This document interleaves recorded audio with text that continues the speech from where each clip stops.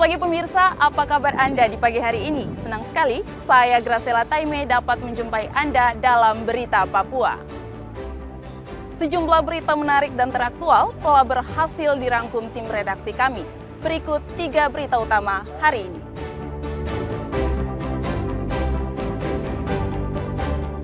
Lima pendulang emas ilegal di Kabupaten Yaukimo tewas dibantai kelompok kriminal bersenjata.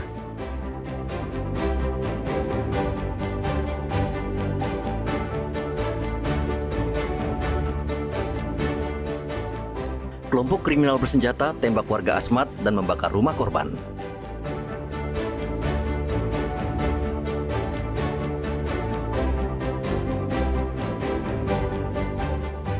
Ex kantor Bapeda Mimika dibakar orang tak dikenal, pelaku masih diburu polisi.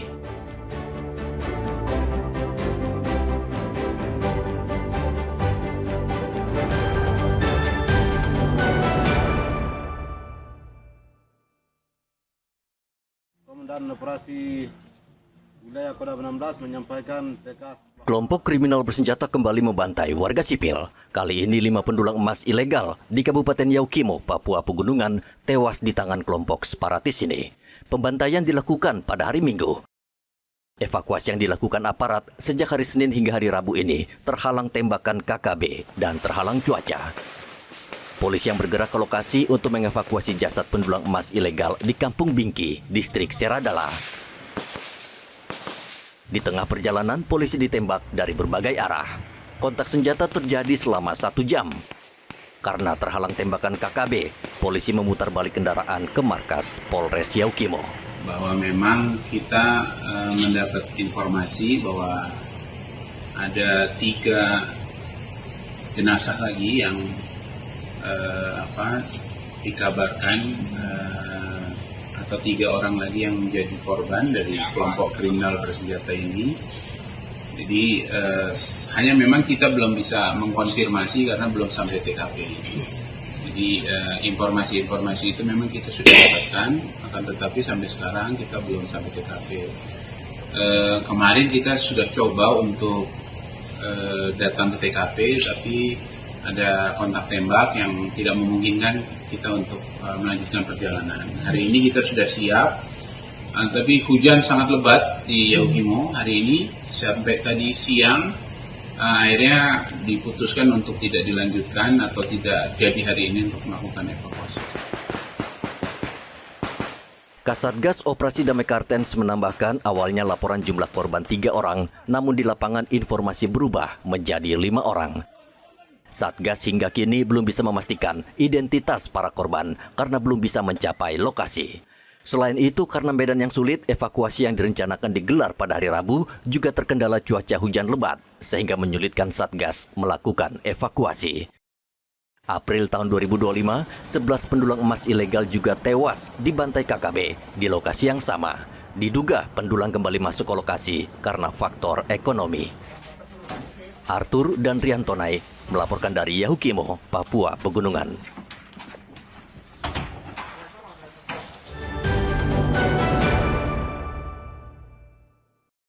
Peristiwa penembakan keji terjadi di distrik Kolbraja, Kabupaten Asmat, Provinsi Papua Selatan pada hari Senin. KKB pimpinan Elkius Kobak menembak mati seorang warga bernama Indra Guru Wardana. Tidak hanya itu, pelaku juga membakar rumah korban hingga ludes dan rata dengan tanah. Menurut Wakil Kepala Satgas Humas Operasi Damai Kartens, Kompol Yusuf Tauziri, para pelaku diperkirakan berjumlah 6 orang, salah satu dari mereka membawa senjata api laras panjang.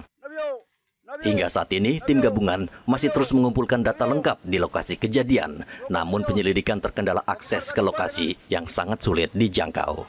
Bersenjata KKB yang menamakan dirinya Kodam 16 Yaukimo, pimpinan Elkius Kobak, melakukan aksi kejahatan bersenjata dengan menembak seorang warga sipil bernama Indra Guru Wardana, lalu membakar rumah korban hingga rata dengan tanah. Akses yang sulit dan komunikasi yang terbatas membuat proses pendataan masih berlangsung. Satgas Ops Damai Karten tetap terus melakukan pengamanan dan penyelidikan. Diperkirakan jumlah pelaku sebanyak 6 orang Salah satunya membawa senjata laras panjang berteleskop. Sementara itu, Danrem 174 Anim Tiwani Anggap, Brigjen Andi Setiawan, membantah bahwa korban yang tewas akibat serangan kelompok kriminal bersenjata di Asmat adalah anggota TNI. Ia juga membantah adanya senjata yang dirampas oleh KKB. Saya pastikan korban yang meninggal adalah masyarakat sipil, anak dari pemilik kios sembako yang ada di Ulakin. Jadi tidak ada korban dari TNI dan tidak ada pucuk senjata dari TNI yang diambil dari kelompok OPM. Hingga hari Rabu, jenazah korban belum dievakuasi dari lokasi penembakan karena aparat terkendala medan yang jauh dan cuaca yang buruk. Arthur dan Muhammad Ridwan melaporkan dari Asmat, Papua Selatan.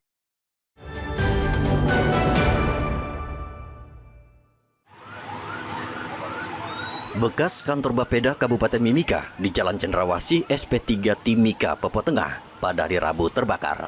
Kebakaran diduga dilakukan seseorang karena polisi menemukan bekas puntung rokok di lokasi kejadian. Kapolres Mimika, AKBP Bilianda Hildario Budiman, menduga pelaku masuk ke gedung bekas kantor Bapeda, kemudian dengan sengaja membuang puntung rokok sembarangan sehingga memicu kebakaran. Sesuai dengan keterangan saksi, memang di situ sudah tidak ada aliran listrik. Kemudian kami juga temukan puntung rokok di atas kertas, itu yang mengakibatkan terbakar. Kemudian jendela tralisnya itu kan terbuka itu, jadi kemungkinan besar ada dimasukin orang. Itu gudang arsip bukan? Ya, itu ruang arsip.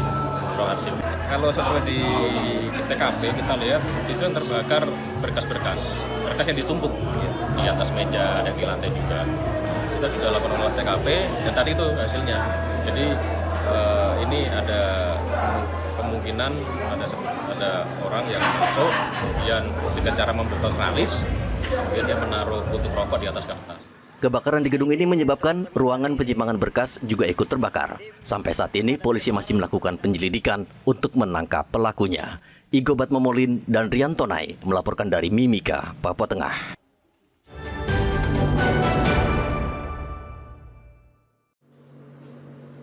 Direktorat Reserse Kriminal Narkoba Polda Papua Barat berhasil mengungkap pemalsuan dan peredaran minuman keras oplosan ilegal di Kabupaten Manokwari, Papua Barat. 2 pelaku diringkus polisi di Manokwari. Pelaku sengaja menyewa rumah untuk membuat pabrik miras oplosan. Berbeda dengan biasanya miras oplosan lokal, namun kali ini 2 pelaku membuat pabrik minuman keras bermerek. Kabid Humas Polda Papua Barat Kombes Ignatius Adi Beni Prabowo mengatakan polisi mencurigai adanya miras bermerek yang dipalsukan karena pekan lalu 3 orang pekerja di tempat hiburan malam Maruni meninggal dunia. Usai mendapat informasi tewasnya 3 pekerja itu karena mengonsumsi miras, akhirnya polisi menggerebek pabrik miras di Manokwari. Kita sudah lakukan proses penyidikan yang dimulai dari laporan polisi nomor LPA 26 9 Romawi 2025 SPKT Direktorat Reserse Narkoba Polda Papua Barat. Di sini kami sudah mengamankan 2 orang terduga pelaku, yaitu berinisial LSL. Kedua tersangka kini mendekam di Polda Papua Barat untuk mempertanggungjawabkan perbuatannya. Keduanya dijerat dengan pasal 204 dengan ancaman hukuman maksimal 12 tahun penjara dan denda sebesar 4 miliar rupiah. Edi dan Rian Tonai melaporkan dari Manokwari, Papua Barat.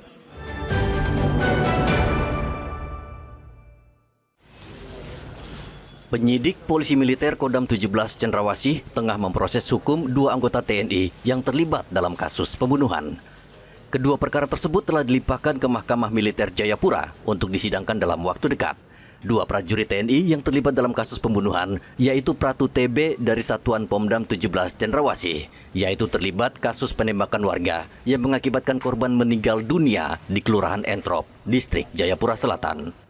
Sementara itu kasus kedua yaitu dengan tersangka Kapten John yang menembak sesama anggota TNI, yaitu Praka EM, anggota Kodim 1715 Yahukimo yang juga tewas di Kampung Kalimo, Distrik Waris, Kabupaten Kerom pada 7 September lalu. Komandan Pomdam 17 Cendrawasih Kolonel Laksono Puji Lisdianto mengatakan tidak ada prajurit TNI yang kebal hukum dan siapapun yang bersalah akan diproses secara terbuka. Proses sesuai dengan hukum. Sekarang udah diidikan. Mohon izin untuk para Satgas agar rapat ke depan akan diambil oleh Kapten John itu rencananya dan hari ini Satgas Bandara agar merapat ke kita kirim langsung ke Otmir sumber suara dengan akan diambil oleh Satgas Udah alat bukti unsur pidana yang ada sudah mas, sudah disangkakan mas. Pomdam Cendrawasih juga memastikan persidangan di Auditorat Militer Jayapura akan digelar secara terbuka, sehingga keluarga korban bisa memantau langsung di lokasi persidangan. Hendra dan Riantonai melaporkan dari Kota Jayapura, Papua.